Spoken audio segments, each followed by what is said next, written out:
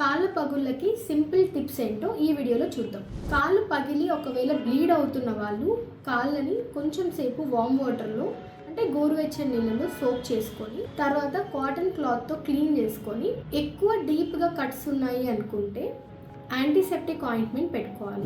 అలా కాకుండా only cracks ఉన్నాయి అనుకుంటే యూరియా బేస్డ్ మాయిశ్చరైజర్ అప్లై చేసుకోవాలి. అది లేదు అనుకుంటే ఇంట్లో ఉన్న సింపుల్ వ్యాజ్లిన్ కూడా అప్లై చేయొచ్చు.